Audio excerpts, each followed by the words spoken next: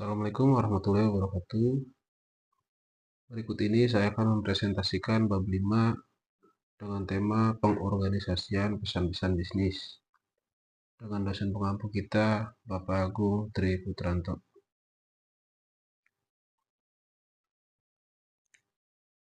Pengorganisasian pesan bisnis adalah proses penyusunan kata, kalimat, dan paragraf secara logis dan terstruktur agar pesan yang disampaikan dapat dipahami, diterima, dan mencapai tujuannya oleh audiens.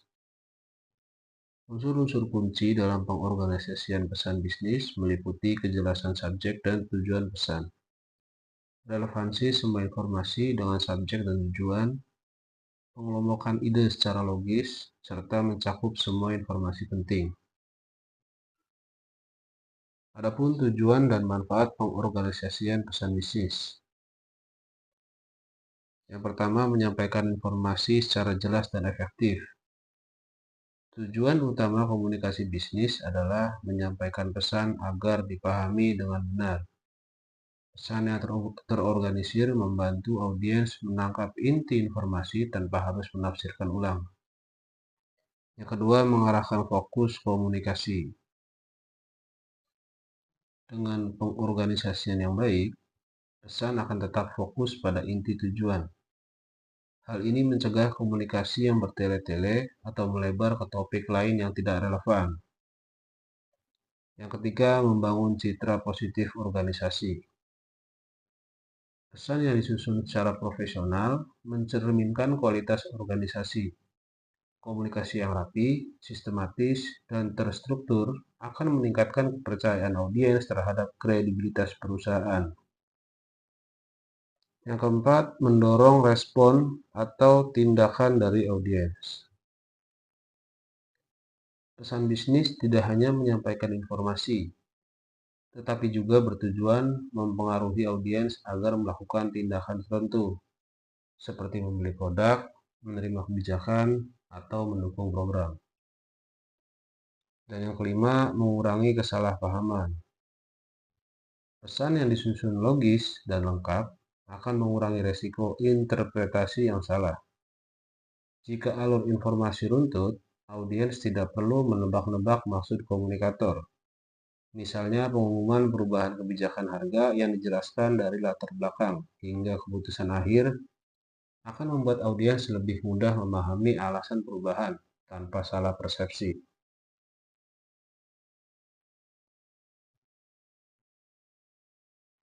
Hal-hal yang menyebabkan pesan tidak terorganisir dengan baik. Komunikasi bisnis merupakan salah satu faktor penentu keberhasilan organisasi dalam menjalankan aktivitas. Namun, pesan bisnis yang tidak terorganisir berpotensi menimbulkan kebingungan, salah tafsir, atau bahkan resistensi dari audiens. Beberapa penyebab utamanya antara lain, yang pertama,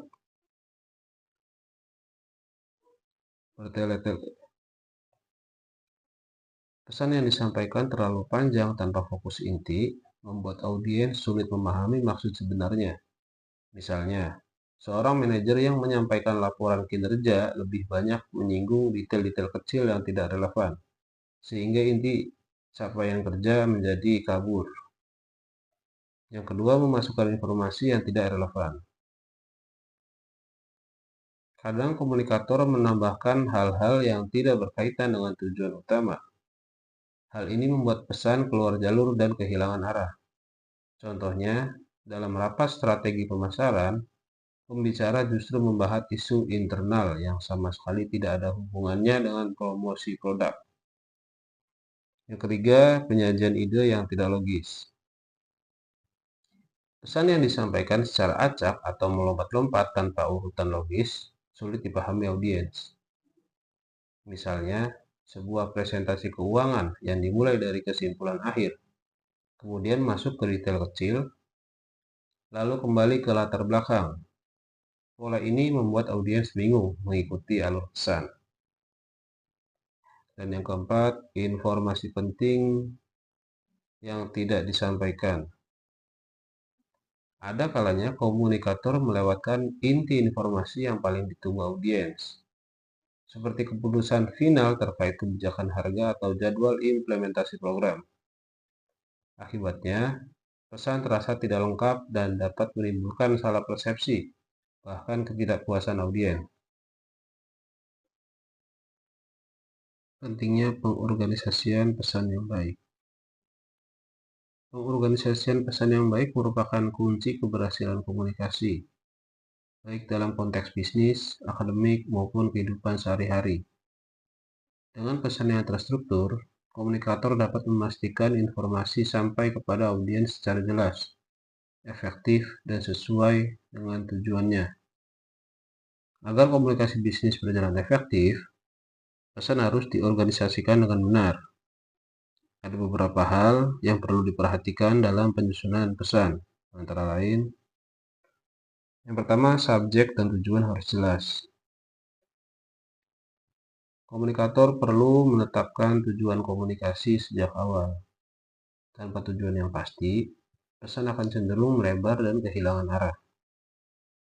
Yang kedua, informasi harus relevan. Semua poin yang disampaikan sebaiknya berhubungan langsung dengan tujuan utama. Informasi tambahan yang tidak relevan hanya akan mengganggu fokus audiens. Yang ketiga, ide disusun secara logis.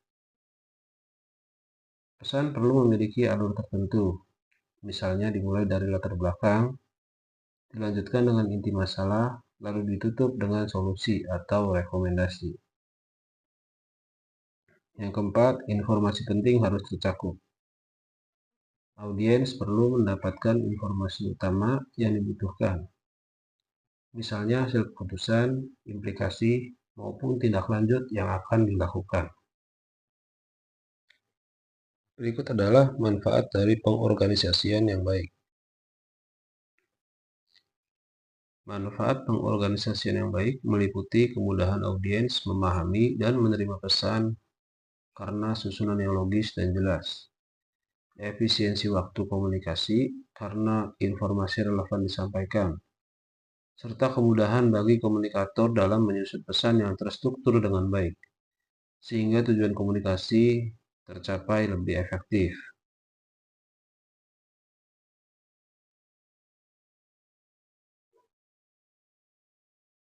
Yang pertama, membantu audiens lebih mudah memahami pesan.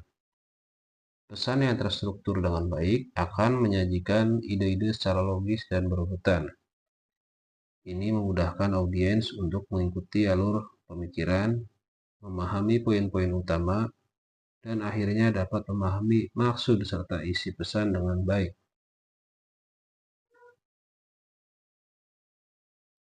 Berikutnya, membantu audiens menerima pesan dengan lebih baik. Pengorganisasian yang baik tidak hanya membantu pemahaman, tetapi juga meningkatkan penerimaan pesan oleh audiens. Ketika pesan disajikan secara teratur dan relevan, audiens cenderung lebih terbuka dan bersedia menerima informasi yang disampaikan. Kemudian, menghemat waktu komunikasi. Penyampaian informasi yang tidak terorganisir dengan baik akan menghabiskan lebih banyak waktu untuk audiens, karena mereka harus mencari-cari informasi atau memahami konteks yang terpecah-pecah. Dengan pengorganisasian yang efektif, hanya informasi atau ide yang relevan yang disampaikan, sehingga menghemat waktu baik bagi komunikator maupun audiens. Yang terakhir, mempermudah pekerjaan komunikator karena pesan lebih terstruktur. Seorang komunikator dapat merancang pesan yang lebih jelas dan efektif ketika ia memiliki rencana organisasi yang matang. Proses pengorganisasian membantu mengelompokkan ide-ide dan menyusunnya secara logis, sehingga pekerjaan penyusunan pesan menjadi lebih mudah dan tidak membingungkan. Selanjutnya, outline sebagai panduan pengorganisasian pesan. Outline atau kerangka pesan berfungsi membantu komunikator menata ide dengan sistematis. dan sebagai peta bagi komunikator dalam menyampaikan informasi secara terstruktur. Tahapan dalam membuat outline meliputi yang pertama, mendefinisikan dan mengelompokkan ide-ide. Menentukan ide pokok atau inti pesan. Langkah pertama adalah mengidentifikasi pesan utama yang ingin disampaikan. Ide pokok ini menjadi pusat komunikasi agar audiens tidak bingung dan tetap fokus pada tujuan utama. Misalnya dalam rapat bisnis, inti pesan bisa berupa keputusan strategi baru yang harus dijalankan oleh tim. Berikutnya menyusun poin-poin pendukung berupa alasan, data, atau argumen. Setelah inti pesan jelas, komunikator perlu menambahkan poin pendukung yang memperkuat pesan tersebut. Alasan logis, data statistik, atau argumen yang relevan akan membuat pesan lebih meyakinkan dan tidak sekedar opini. Yang terakhir adalah melengkapi dengan bukti atau ilustrasi, seperti contoh nyata, tabel, dan kasus. Untuk memperkuat pesan dan memudahkan pemahaman, gunakan bukti konkret. Misalnya contohnya pengalaman nyata, hasil survei dalam bentuk tabel, grafik penjualan, atau studi kasus yang relevan. Bukti visual dan ilustrasi membantu audiens menangkap makna pesan dengan lebih cepat dan jelas. Yang kedua, menetapkan urutan ide. Pendekatan langsung. Inti pesan disampaikan di awal. Cocok digunakan untuk pesan rutin, kabar baik, ataupun informasi yang sederhana. Berikutnya ada pendekatan tidak langsung. Inti pesan disampaikan setelah penjelasan latar belakang. Strategi ini tepat untuk menyampaikan kabar buruk ataupun pesan persuasif, karena audiens perlu memahami alasan terlebih dahulu sebelum menerima inti pesan.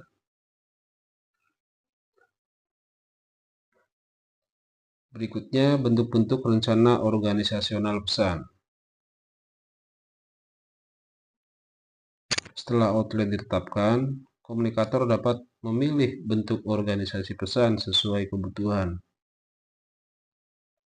Yang pertama, permintaan langsung. Digunakan untuk permintaan sederhana dan rutin yang tidak memerlukan penjelasan panjang. Contohnya, seorang manajer mengirim email kepada stafnya untuk meminta laporan harian tanpa banyak basa-basi. Yang kedua, kabar baik, rutinitas, atau goodwill. Digunakan untuk menyampaikan kabar baik atau membangun hubungan yang positif. Contohnya, pengumuman pemberian bonus kepada karyawan di akhir tahun yang diharapkan akan meningkatkan semangat kerja. Yang ketiga, pesan buruk.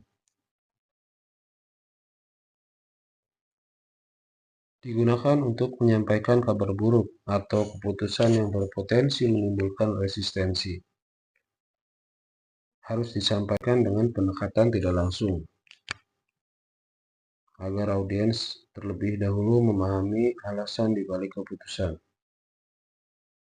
Contohnya, pengumuman kenaikan harga BBM, di mana perusahaan perlu menjelaskan faktor-faktor yang melatar belakangi kenaikan tersebut. Yang keempat, pesan persuasif. Digunakan untuk mempengaruhi atau mendorong audiens agar melakukan tindakan tertentu. Contohnya, program Alfamart yang mengajak pelanggan membawa tas belanja sendiri dengan menawarkan potongan harga sebagai insentif, bertujuan mengubah kebiasaan belanja pelanggan. Berikut ini adalah beberapa ilustrasi kasus. Yang pertama, Alfamart dengan kebijakan bebas kantong plastik. Alfamart menerapkan kebijakan tidak menyediakan kantong plastik sekali pakai di seluruh gerainya. Pesan disampaikan dengan pendekatan langsung, di mana inti kebijakan dikemukakan di awal. Kemudian dilanjutkan dengan alasan, mendukung program pemerintah dalam mengurangi limbah plastik, menunjukkan kepedulian perusahaan terhadap isu lingkungan, dan mengajak konsumen untuk menggunakan kantong belanja ramah lingkungan. Pesan ini termasuk kategori good news sekaligus persuasif, karena tidak hanya membawa citra positif bagi perusahaan, tetapi juga mendorong konsumen untuk ikut mendukung gerakan ramah lingkungan. Yang kedua, Pertamina dengan isu kenaikan harga BBM. Pertamina menghadapi tantangan global berupa kenaikan harga minyak dunia dan beban subsidi negara. Untuk itu, perusahaan memutuskan menaikkan harga BBM. Pesan disampaikan dengan pendekatan tidak langsung. Pertamina terlebih dahulu memberikan penjelasan mengenai fluktuasi harga minyak dunia yang meningkat, beban subsidi negara yang semakin berat, dan dampak ekonomi yang mungkin terjadi jika harga tidak disesuaikan. Setelah audiens memahami latar belakang, barulah inti pesan, yaitu kenaikan harga BBM, disampaikan. Strategi ini membantu mengurangi resistensi publik. Dan berikut pelajaran dari kedua kasus tersebut. Yang pertama, Alfamart berhasil menyampaikan kebijakan yang mendukung tren kesadaran lingkungan. Misalnya, jangan membawa tas belanja sendiri. Pesan tersebut disampaikan dengan cara tegas, jelas, dan sederhana, sehingga mudah dipahami serta diterima oleh publik. Strategi ini menunjukkan bagaimana pesan yang dirancang dengan baik dapat membentuk citra positif, sekaligus mendorong perilaku konsumen yang ramah lingkungan. Yang kedua, Pertamina menghadapi isu yang lebih sensitif, seperti kebijakan kenaikan harga BBM. Topik ini cenderung menimbulkan resistensi dari masyarakat. Namun, melalui strategi komunikasi yang terstruktur dan terorganisir, misalnya menjelaskan alasan kenaikan, menunjukkan data pendukung, dan menekankan manfaat jangka panjang, potensi penolakan dapat ditekan. Hal ini menunjukkan pentingnya pendekatan komunikasi yang hati-hati dalam menyampaikan kabar buruk. Kedua kasus ini menunjukkan bahwa pengorganisasian pesan yang tepat sangat berpengaruh pada respons audiens. Pesan yang jelas, runtut, dan disertai bukti mampu membangun penerimaan. Meskipun kebijakan yang disampaikan berbeda sifatnya, ada yang bersifat positif, seperti contohnya Alfamart, dan ada yang berpotensi menimbulkan resistensi, yaitu Pertamina.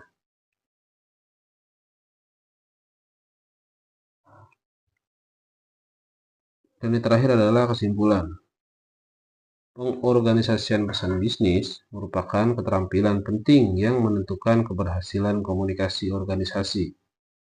Pesan yang terstruktur dengan baik membantu audiens memahami, menerima, dan menindaklanjuti informasi dengan tepat.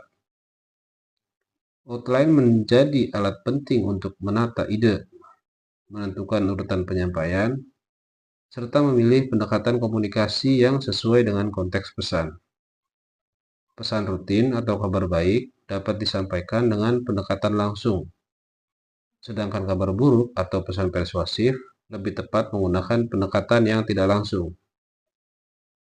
Kasus Alfamart dan Pertamina memperlihatkan bagaimana organisasi pesan yang tepat mampu membentuk respon publik yang lebih positif. Meskipun bersifat pesannya berbeda. Satu berupa kabar baik, yang lainnya berupa kebijakan yang sensitif.